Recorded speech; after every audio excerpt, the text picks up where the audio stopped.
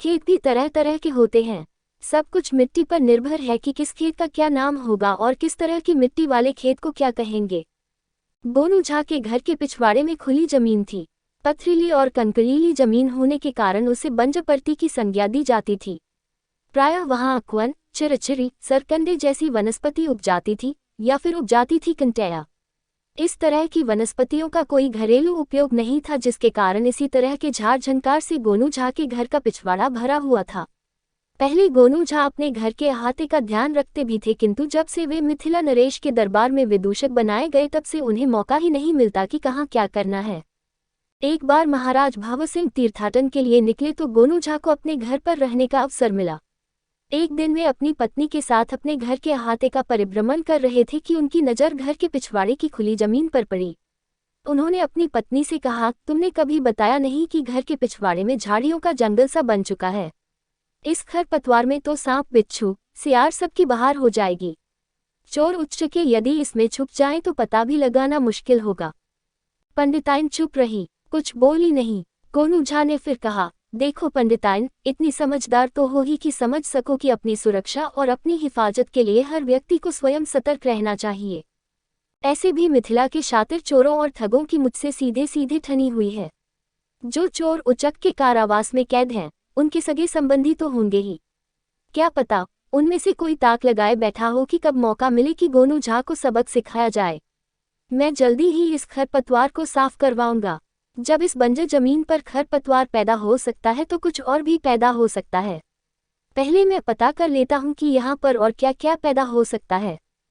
बात आई गई हो गई। गोनू झा दूसरे घरेलू कार्यों को निपटाने में लग गए। बंजर को आबाद करने का ख्याल उनके दिमाग से ही निकल गया। गांव में वे इधर उधर जाते, हमजोलियों से मिलते, दरबार के औपचारिक जीवन से मुक्त ठेठ अपनी शैली में ठहाकेबाजी करते। कहीं उनके लिए भात मछली और पकौड़े तले जाते तो कहीं भान भूनता जाता। एक रात इसी तरह की मटर गश्ती करके भान के तरंग में नचारी गाते हुए गोनू झा अपने घर की ओर लौट रहे थे कि उनकी नज़र 4-5 हिलते डुलते सायों पर पड़ी। गोनू झा ने सोचा यह उनका भ्रम हो सकता है क्योंकि उन्होंने भान पी रखी है, मगर फिर भी वे आंखें फाड़े अंधेरे में देखते रहे। ततः गोनू झा ठमक गए। उन्हें स्पष्ट भान हुआ कि हिलते डुलते साए 4-5 नहीं 8-10 हैं और उनके घर के आसपास मंडरा रहे हैं। उन्होंने 2 सायों को तेजी से अपने घर के पिछवाड़े जाते देखा। गोनू झा जहां थे वहीं एक पेड़ की ओट में खड़े होकर इन सायों की गतिविधियां देखने लगे। उन्होंने देखा कि शेष रह गए साए 2 भागों में बंट गए। प्रत्येक भाग में 4-4 साए थे। तेजी से 4 गोनू झा के घर के उत्तर खुले स्थान में लगाए गए फलदार वृक्षों के बगीचे में घुस गए और 4 घर के दक्षिण भाग में लगे आम के बागान में घुस गए। अब गोनू झा खुद ऐसे लड़खड़ाते हुए चलने लगे मानो बहुत नशे में हों। वे गुनगुनाते भी जा रहे थे। कभी कभी वे बहुत ऊंची आवाज में गुनगुनाते, मगर यह समझ में नहीं आ रहा था कि वे क्या गुनगुना रहे हैं। उनकी नशे में डूबी आवाज रात के सन्नाटे में कुछ ज्यादा ही तेज प्रतीत होती थी। अपने दरवाजे पर वे पहुंचे ही थे कि पंडिताइन हाथ में दिया लिए घर से बाहर निकली। गोनू झा को इस हालत में देखकर पंडिताइन को काट मार गया। वो समझ नहीं पा रही थी कि पंडित जी आज इतने तरंग में कैसे आ गए। ये तो कभी इतनी भांग पीते नहीं कि चढ़ जाए। होली में जब सारा गांव भंगियाया रहता है तब भी पंडित जी पूरे होश में रहते हैं। पंडिताइन को दिया लिए आते देखकर गोनू झा ने लटपटाती हुई आवाज में कहा, अरे भाग्यवान, जरा दूरा पर के छोट की कोठरियां खोल के जितना कुदाल फावड़ा है सब निकाल लाओ।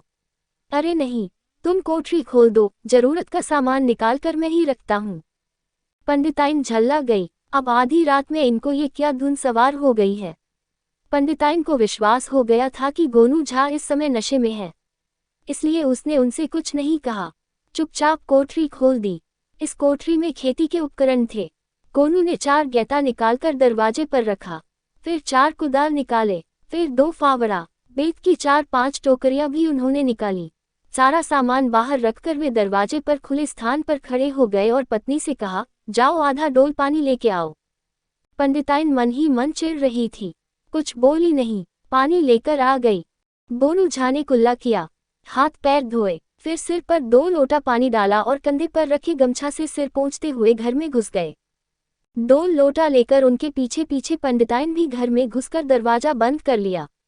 गोनू झा के लिए पंडिताइन ने खाना परोस दिया।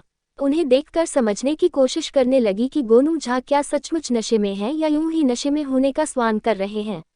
अभी पंडिताइन इस उधेड़बुन में थी कि उन्हें महसूस हुआ कि घर के पिछवाड़े की जो खिड़की आंगन से खुलती है वहां से कुछ खटक पटक की आवाजें आ रही हैं। उसी समय गोनू झा ने पंडिताइन को आवाज लगाई और ऊंची आवाज में बोले, अरे भाग्यवान, कुदाल फावड़ा निकालने के लिए तुमने दिया दिखाया है। इसका जो इनाम तुम्हें कल मिलने वाला है उसकी तुम कल्पना भी नहीं कर सकती हो।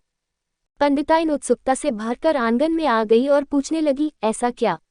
मुझे तो समझ में नहीं आ रहा है कि रात में कुदाल गैता क्यों निकलवा रहे हैं आप। कम से कम 15 जन के औजार आपने निकलवाए हैं, क्या होगा इनका? अरे भाग्यवान, कल इस कुदाल फावड़े से समझो कि अपनी कंगाली जड़ से खुद जाएगी। इतना धन इन औजारों से प्राप्त होने वाला है जिसकी तुम कल्पना नहीं कर सकती। मुझे तो बहुत पहले ये कदम उठा लेना चाहिए था, मगर अक्ल आती है आते आते। मुझे कुछ भी समझ में नहीं आ रहा, तुम कैसी पहेलियां बुझा रहे हो? धन की बात सुनकर पंडिताइन की उत्सुकता जग चुकी थी। गोनू झा ने तपाक से कहा, पगली, धन वैभव की बात तुम्हें यहाँ खुले में बताऊं? इतना तेज नशा नहीं हुआ है अभी कि अपना होश गवा बैठूं। तुम मेरी अर्धांगिनी हो, तुम्हें सब बता देना मेरा धर्म है। अग्नि के 7 फेरों में लिए जाने वाले 7 संकल्पों में एक संकल्प ये भी तो होता है। लेकिन यहाँ नहीं, चलो कमरे में बताता हूँ। इतना कहकर गोनू झा मुस्कुराते हुए पत्नी का कंधा पकड़कर कमरे में आ गए और गुनगुनाने लगे। पंडिताइन कुछ देर तो शांत रहकर उनके चुप होने की प्रतीक्षा करती रही, लेकिन जब उससे नहीं रहा गया तब बोली, अरे बताओ भी कि किस धन की बात कर रहे थे और उस धन का इन खेती के औजारों से क्या संबंध है? गोनू झा कुछ कहते उससे पहले ही कमरे की खिड़की के पास खटका हुआ। गोनू झा अभी उस आवाज पर ध्यान दे रहे थे कि पंडिताइन बोली, अरे कुछ नहीं है, बिल्ली रात बेरात इसी तरह उछल कूद के शिकार करती रहती है। तुम बताओ न, क्या बताने वाले थे? गोनू झा चलते हुए खिड़की के पास पहुंच गए और ऊंची आवाज में बोलने लगे, मेरे पिताजी ने मरने से पहले मुझे बताया था कि पिछवाड़े की जमीन को उन्होंने जानबूझकर बंजर रख छोड़ा है ताकि किसी को भी इस जमीन में छुपे खजाने का पता न चल सके। इस जमीन में 7 स्थानों पर पिताजी ने सोने की मोहरों से भरे घड़े गड़वा रखे हैं। मुझसे उन्होंने कहा था कि जब बहुत जरूरत महसूस हो तब इन खजानों का उपयोग करना। मैंने भी उनके मरने के बाद पिछवाड़े की जमीन पर कुदाल नहीं चलवाई। सोचा, इस 2 कट्टे में बाड़ी न भी लगी तो क्या है। मगर आज भान छांकते समय अचानक मेरे मस्तिष्क में यह विचार कौंधा कि इतना सोना रहते हुए मेरी पंडिताइन एक पतली सिकड़ी पहनती है, खपरेल घर में रहती है। मुझे अपने धन का वैभवपूर्ण उपयोग करना चाहिए। जानती हो न, सोम का धन शैतान खाता है। तब से ही मैं इन घड़ों को निकलवाने के लिए बेचैन हूँ। खैर, आज नहीं तो कल सही। कल पौ फत्ते ही मैं 15-20 मजदूरों को पकड़ लाऊंगा। घंटे 2 घंटे में जमीन के खरपातर की सफाई और जमीन खोदकर स्वर्ण मुद्राओं से भरे घड़ों को निकालकर आराम की जिंदगी। इसके बाद गोनू झा खूब जोर जोर से हंसने लगे। हाँ हाँ हाँ, फिर महाराज की चाकरी करने की जरूरत नहीं, नगर सेठों में बैठूंगा। मैं तुम्हें रानी की तरह सजाकर रखूंगा। हाँ हाँ हाँ, हंसी का अटूट सिलसिला सा चल पड़ा। गोनू झा को इस तरह हंसते देख पंडिताइन भयभीत हो गई कि कहीं गोनू झा को भांग तो नहीं चढ़ गई। वह बेचैन हो गई और गोनू झा को अनुनय विनय के साथ बिस्तर पर ले आई। गोनू झा जल्दी ही गहरी नींद में सो गए। पंडिताइन की भी आंखें लग गईं। सुबह पौ फटने से पहले ही पंडिताइन जग गई। नारी सुलभ जिज्ञासा उसे बेचैन किए थी कि इतना सोना जब घर में आएगा तब वह क्या क्या करेगी। कई बार उसका मन हुआ कि गोनू झा को जगा ले और उन्हें मजदूर लाने के लिए भेज दे। सवेरा हो जाने के बाद जन कमाने निकल जाते हैं, क्या पता पंडित जी अगर देर से जगे तो कोई मजदूर मिले न मिले। एक की बात रहती तो चलो कोई बात नहीं थी, जरूरत तो 10-15 मजदूरों की है। घंटा भर में 2 कट्ठे जमीन की सफाई और कोढ़ाई तो 10-15 आदमी कर ही लेंगे। हाँ, उस समय खुद भी सतर्क रहना होगा। घड़ा मिलने पर तुरंत खेत से घड़े को ले आना होगा, किसी को भनक भी न लगे कि उन घड़ों में सोना है। पंडिताइन की नींद खुली तो फिर दोबारा आंखें नहीं लगी। गुनगुन लगा रहा कि सोना घर में आ जाएगा तब वह क्या करेगी। चिड़ियों की चहचहाहट ने पंडिताइन को बेचैन कर दिया और वह अपने को रोक नहीं पाई। गोनू झा का कंधा हिलाते हुए धीमे धीमे आवाज देने लगी, पंडित जी जागिए, सवेरा हो गया। गोनू झा की नींद खुली। आंखें मलते हुए वे बिस्तर से उठे, कुल्ला किया, फिर पंडिताइन से पूछने लगे, अरे भाग्यवान, इतनी जल्दी क्यों जगा दिया? आपको कुछ याद भी रहता है?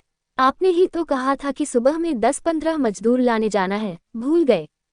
अरे हाँ, गोनू झा ने चौंकते हुए कहा, चलो तुम भी चलो मेरे साथ। मैं जाऊं मजदूर लाने? लोग क्या कहेंगे? पंडिताइन बोली। अरे बाहर तक तो चलो। गोनू झा ने पंडिताइन की कलाई पकड़ ली और दरवाजा खोलकर पत्नी के साथ बाहर निकले। बोले, चलो जरा पिछवाड़े से हो आए। कोट। वे दोनों पिछवाड़े की ओर गए तो देखा 10 आदमी जमीन की खुदाई करने में लगे हुए हैं। अपने काम में वे लोग इतने तन्ने थे कि गोनू झा और पंडिताइन के पहुंचने का उन्हें पता ही नहीं चला।